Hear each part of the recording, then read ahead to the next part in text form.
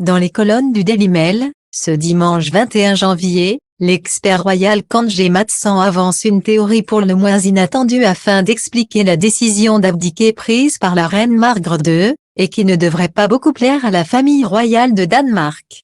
Pourquoi la reine Margrethe II de Danemark a-t-elle soudain pris la décision d'abdiquer en faveur de son fils Frédéric et de son épouse, Mary?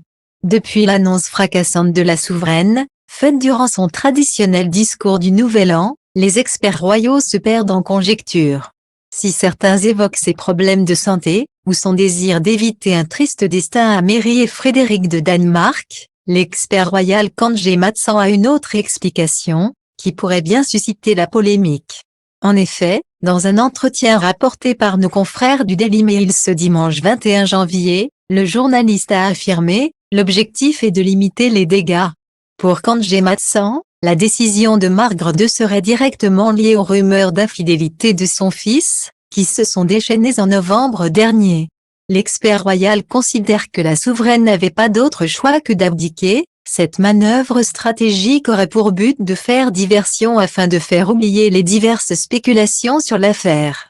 Mais le journaliste va encore plus loin, il affirme que le fait de donner le titre de reine à Mary avait peut-être pour objectif d'éviter un divorce royal, car le scandale aurait été d'une telle magnitude qu'il aurait pu briser à jamais la plus solide des maisons royales, ruinant la popularité et la réputation que Margrethe II s'est employée à construire pendant ses 52 ans de règne. Faut-il accorder du crédit à la théorie de Kangjé Matsan? Pour nos confrères du Daily Mail, qui ont également demandé l'avis d'une spécialiste en langage corporel, cette possibilité est à prendre en considération. Selon Adrian Carter, l'attitude du roi Frédéric et de son épouse Mary pousserait effectivement à s'interroger. Commentant l'attitude du couple le jour de son accession au trône, l'experte en langage corporel explique, quand Mary rejoint Frédéric, on voit qu'une distance les sépare alors qu'ils se tiennent les mains.